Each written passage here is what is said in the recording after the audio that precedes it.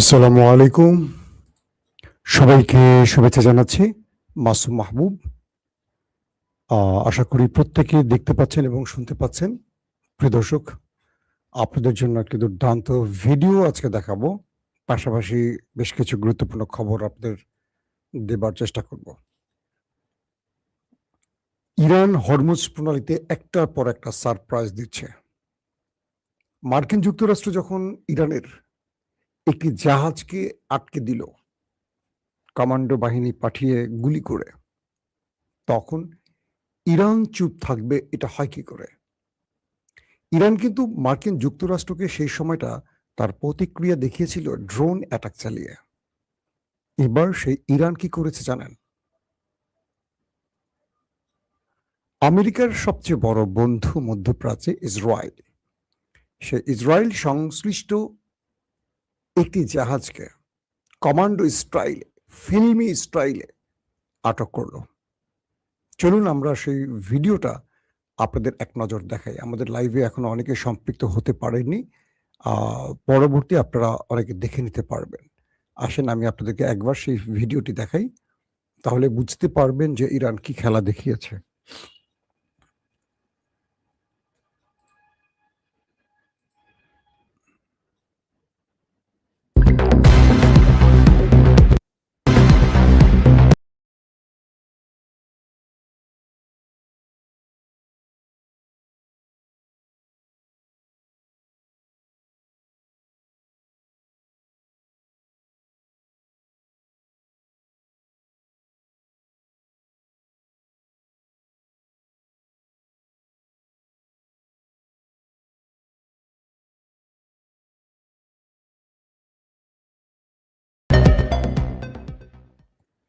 প্রিয় দর্শক, যারা আমার সাথে লাইভে ছিলেন এতক্ষণ তারা ভিডিওটি দেখলেন। আমি এই ভিডিওটি নিয়ে একটু বিশ্লেষণ করব আপনাদের জন্য।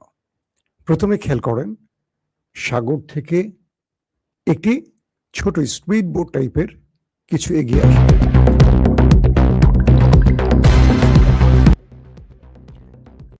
আপনারা দেখলেন সাগর থেকে একটি ছোট আকারের স্পিড বোট আবারও দেখেন এগিয়ে আসছে। এই ছোট স্পিড বোটে কজন কমান্ডো থাকতে পারে ধারণা করেন? এরপর তারা ইসরায়েল সংশ্লিষ্ট একটি জাহাজকে, কার্গো জাহাজে এই ছোট স্পিড বোটে এসে ভিড়ে। দেখতে পাচ্ছেন? তারপর দেখতে পাচ্ছেন আপনারা সেই স্পিড বোট থেকে জাহাজের এক কার্নিশ দিয়ে একটি ছোট বা একটি বেশ লম্বা টাইপের সিঁড়ি আছে। সেই সিঁড়ি বেয়ে ইরানের নেভি কমান্ডোরা জাহাজটির ভেতরে ঢুকছে। দেখতে পাচ্ছেন?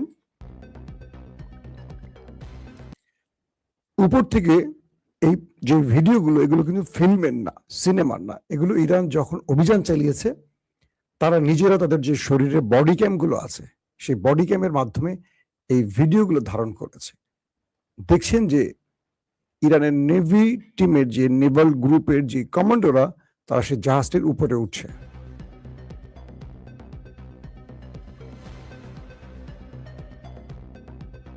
সিনেমায় কি এরকম দৃশ্য দেখেছেন বাস্তবে কখনো? একে একে মুখোশ পরা ইরানের কমান্ডোরা এমএসসি সেই জাহাজের ভেতরে উঠে গেল, কার্গোতে উঠে গেল। আপনারা লং বা মাস্টার শটে দেখতে পাচ্ছেন পুরো জাহাজটি সাগরে। এরপর ইরানের কমান্ডোরা সেই জাহাজের কক্ষে প্রবেশ করছেন সশস্ত্র অবস্থায়। দেখেন, বাপরে বাপ, কি টাইপের বন্দুক! দুই একটা আমারে দেয়া দরকার। দেখেন বাইরে হেলিকপ্টার অপারেশন মনিটর করছে ইরানের। অ্যাটাকিং হেলিকপ্টারগুলো সেই দৃশ্য মনিটর করছে। অপারেশন শেষ, জাহাজ দখল, তারা আবার একটা দড়ি বেয়ে নিচে নেমে যাচ্ছে। বুঝতে পেরেছেন সবাই? আশা করি পুরো ভিডিওটা দেখে আপনারা ক্লিয়ার হয়েছেন। এটা হলো শহীদ খামেনি, আয়াতুল্লাহ আলী খামেনির ইরানের খেলা। আমেরিকা যখন ইরানকে বা ইরানের জাহাজকে আটক করলো, ইরান বলছিল ওয়েট অ্যান্ড সি, ওয়েট করো, দেখো আমরা কি করতে পারি। এরপর ইরান নিজে মার্কিন যুক্তরাষ্ট্রের মিত্র ইসরায়েল সংশ্লিষ্ট বা ইসরায়েলের হতে পারে ইসরায়েল মালিকানাধীন বা সংশ্লিষ্ট, এটি বলা হয়েছে ইরানের আইআরজিসির পক্ষ থেকে, সেই জাহাজটিকে এইভাবে নাটকীয়ভাবে ফিল্মি স্টাইলে আটক করেছে এবং এই ভিডিও ইরান পৃথিবীব্যাপী রিলিজ করেছে। যে হরমুজ প্রণালীতে মার্কিন ওয়ারশিপগুলো ডজন ডজন ওয়ারশিপ দাঁড়িয়ে আছে, ইরানকে খুঁজছে, পাইলে হিট করবে, তাদের নাকের ডগায় ইসরায়েলের জাহাজকে এভাবে আটক করে ইরানের কমান্ডো বাহিনী। এরকম দৃশ্য সচরাচর আমরা মুভিতেও দেখার সাহস করি না, যদিও মুভি মেক করা হয়, কিন্তু ইরান আমাদের কি বড় সারপ্রাইজ দিল একবার চিন্তা করেন। ইরান বলছে হরমুজ প্রণালীতে মার্কিন যুক্তরাষ্ট্রকে যেতে হবে, হরমুজ থেকে যেতে হবে, এবং যতক্ষণ তারা এই অঞ্চল থেকে না যাবে ইরান হরমুজ ক্লোজ করে রাখবে। এখন পর্যন্ত হরমুজ প্রণালী দিয়ে কোনো জাহাজ ঢুকতে এবং বেরোতে পারছে না ইরানের অনুমতি ছাড়া। যে জাহাজটি ইরানের অনুমতি ছাড়া প্রবেশ বা বেরোবার চেষ্টা করছে, সেই জাহাজটিকে ইরান আটক করছে অথবা গুলি করে আটকে দিচ্ছে। গতকালকে আমেরিকার নাকের ডগার সামনে দিয়ে আমি গতকালকে আপনাদের যতগুলো ভিডিও দিয়েছি প্রতিটা ভিডিওতে আমি আপডেট দেবার চেষ্টা করেছি, কারণ ইরানের জাহাজকে আটকে দেবার জন্য হরমুজ প্রণালীতে ডোনাল্ড ট্রাম্পের নেভি বা তার বাহিনী যে নৌ অবরোধ তৈরি করেছে, সেই নৌ অবরোধের সামনে দিয়ে, নাকের ডগার সামনে দিয়ে, চোখের সামনে দিয়ে ইরানের 50টি কার্গো জাহাজ বেরিয়ে গেছে। 50টি। আমেরিকা শুধু চেয়ে চেয়ে দেখেছে, ইরানকে আক্রমণের সাহস করেনি। আর সবকিছু মিলে মার্কিন প্রেসিডেন্ট ডোনাল্ড ট্রাম্প তার নৌবাহিনীর চিফকে তার চেয়ার থেকে সরিয়ে দিয়েছেন। অর্থাৎ আমেরিকা তার এই পরাজয় লজ্জিত হয়েছে না, ট্রাম্প নিজেকে পরাজিত ভেবেছে, তার পরিষ্কার দৃশ্যায়ন বা পরিষ্কার এক বাক্যে যদি বলি যে তার পরাজয় মেনে নেয়ার যে লক্ষণ, সেটি হলো তার নেভি প্রধানকে তার চেয়ার থেকে সরিয়ে দেয়া হয়েছে। আপনারা জানেন যে এর আগে আমেরিকা ইরানের লড়াইয়ের মাঝখানে 40 দিনের যে লড়াইটা হয়েছিল যুদ্ধবিরতির আগে, আমেরিকা তার সেনা প্রধানকেও সরিয়ে দিয়েছে এবং টপ বেশ গুরুত্বপূর্ণ সিনিয়র কয়েক ডজন জেনারেলকে সরিয়ে দিয়েছে। এই ঘটনাগুলো প্রমাণ করে যে আমেরিকা ইরানের কাছে হেরে যাচ্ছে। এখন পর্যন্ত ইরান তার একজনও সেনা সদস্য বা যুদ্ধকালীন সময় আইআরজিসি বা নেভি বা এয়ারফোর্স বা সেনাবাহিনীর কাউকে সরায়নি। প্রত্যেকে তার দায়িত্ব পালন করছেন, আর অনেকেই দায়িত্ব পালনরত অবস্থায় শাহাদাত বরণ করেছেন, কিন্তু তার রাষ্ট্রের জন্য, দেশের জন্য সর্বোচ্চ লড়াই করছেন, ইমানদারিত্বের পরিচয় দিচ্ছেন। কিন্তু ডোনাল্ড ট্রাম্প পুরো মার্কিন যুক্তরাষ্ট্রের মধ্যে পুরো এস্টাবলিশমেন্ট বা পুরো সেনা বাহিনীর মধ্যে এক ভয়ঙ্কর অস্থিরতা তৈরি করে ফেলেছেন। একদিকে নেভি প্রধান আউট হয়ে গেল, কদিন আগে সেনা প্রধান আউট, টপ জেনারেলরা আউট, ইস্পাহানে অভিযানের নামে একটা বিশাল কমান্ডো গ্রুপকে ইরানের হাতে মারা পড়ে গেছে। সবকিছু মিলে ডোনাল্ড ট্রাম্প এখন ইরানের কাছে আত্মসমর্পণ ছাড়ার কোনো পথ খুঁজে পাচ্ছেন না, আমার কাছে এটা মনে হয়। কারণ চীন, রাশিয়া ইরানকে এতটুকু বলে দিয়েছে যে তুমি তোমার শেষ সাহসটুকু দেখাও, বাকিটুকু আমরা আছি। আমেরিকা বারবারই বলছে ইরানকে মানচিত্র থেকে মুছে দিবে, পাথরের যুগে পাঠাবে, একটা পুরো ইরানি সভ্যতাকে ধ্বংস করবে, এবং সেই অনুপাতে আমেরিকা চেষ্টাও করেছিল নিউক্লিয়ার অ্যাটাকে। আপনারা জানেন যে সিচুয়েশন রুমে মার্কিন প্রেসিডেন্ট ডোনাল্ড ট্রাম্প চিৎকার চেঁচামেচি করে তার চিফ অফ স্টাফ চেয়ারম্যান ডেইন কেনের কাছ থেকে নিউক্লিয়ার কোড চেয়েছিল, তাকে দেয়া হয়নি।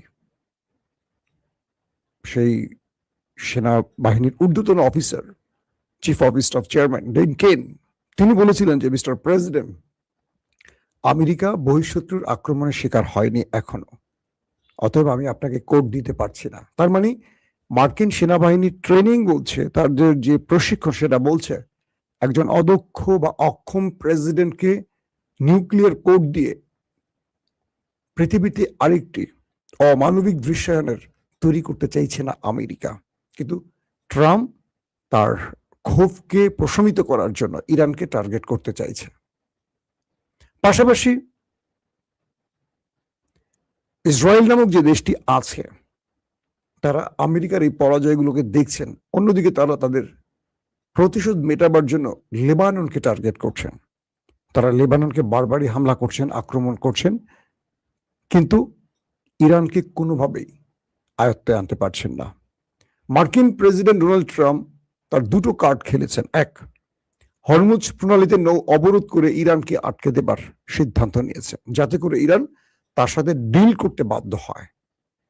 দ্বিতীয় যে বিষয়টি ছিল, যদি এতেও ইরান রাজি না হয়, ইরানে বোমা মেরে পুরো ইরানকে ধ্বংস করার হুমকি দিয়েছেন।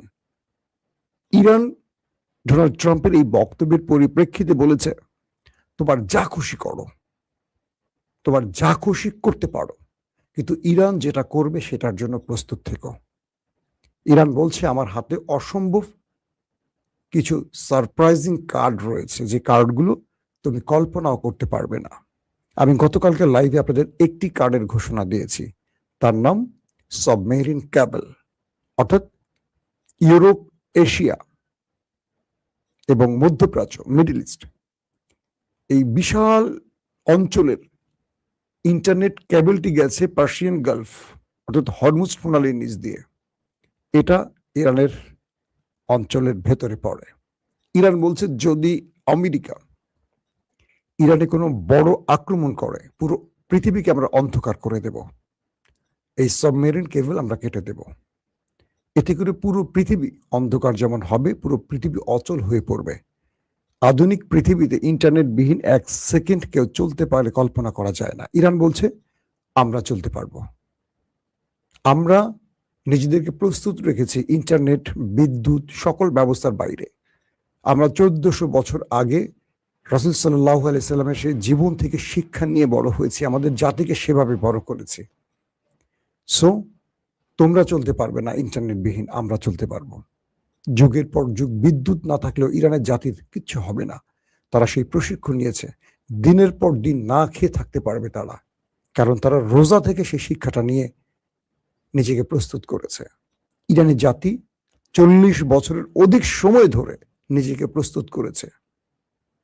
এমন উত্তরের কাছে ডোনাল্ড ট্রাম্পের ফ্যাকাশে মুখটা খুব, কি বলবো, দেখার মতো ছিল। কোনোভাবে চাইছে যে কোনোভাবে আমেরিকা ইরানকে একটি চুক্তিতে বাধ্য করে ফেস সেভিং। ইরান কোনোভাবেই তাকে ফেস সেভিং দিচ্ছে না। ইরান মানে আমেরিকা পাকিস্তানের মাধ্যমে চেষ্টা করছে ইরানকে কিছু বার্তা দিতে, আবার ইরান পাকিস্তানের মাধ্যমে কিছু বার্তা দিচ্ছে আমেরিকাকে। এই বার্তা আদান প্রদানের মধ্যেই রয়েছে। তারপরও আমরা চূড়ান্ত ফয়সালা এখন খুঁজে পাচ্ছি না। সবচেয়ে ইন্টারেস্টিং একটি ব্যাপার আমি খেয়াল করলাম, ভারতের গণমাধ্যমগুলো। ভারত সাম্প্রতিক সময়, ভারতের সাথে নরেন্দ্র মোদীর ভারতের সঙ্গে ডোনাল্ড ট্রাম্পের যে রিলেশন, সেটা আমাদের কিছুটা চোখে পড়েছে। তো ভারত ইরানের এই আক্রমণগুলোকে ফিল্মি স্টাইলে প্রচার করছে। ভারতের জনগণ কিছুটা মনে হয় ইরানের পক্ষে দাঁড়িয়েছে। তারা আমেরিকার পতনটা দেখতে চায় ইরানের হাতে। তারা ইসরায়েলের পক্ষে, ভারতের জনগণ ইসরায়েলের পক্ষে, কিন্তু তারা এই মুহূর্তে ডোনাল্ড ট্রাম্পের বিপক্ষে দাঁড়িয়ে গেছে। এবং ইরানের এই জয়গুলো, ইরানের দুর্দান্ত আক্রমণগুলো ভারতের গণমাধ্যম যেভাবে প্রচার করছে, সেটাও দেখার মতো। সত্য মিথ্যা মিশিয়ে করছে কিনা জানি না, কিন্তু তারা খুব ফিল্মি ঢঙে সেই সংবাদগুলো প্রচার করছে। দর্শক, আরো অনেকগুলো খবর ছিল, এই খবরটি দিতে গিয়ে আমি চাচ্ছি বাকি সংবাদগুলো আজকের মতো স্কিপ করি, কারণ রাতে আপনাদেরকে আরো অনেকগুলো গুরুত্বপূর্ণ খবর দেবার জন্য আমি প্রস্তুত করছি। আরো অনেকগুলো তথ্য আমার হাতে রয়েছে। সো আজকের মতো বিদায় নিতে চাই। প্রত্যেকে ভালো থাকবেন। আল্লাহ হাফেজ।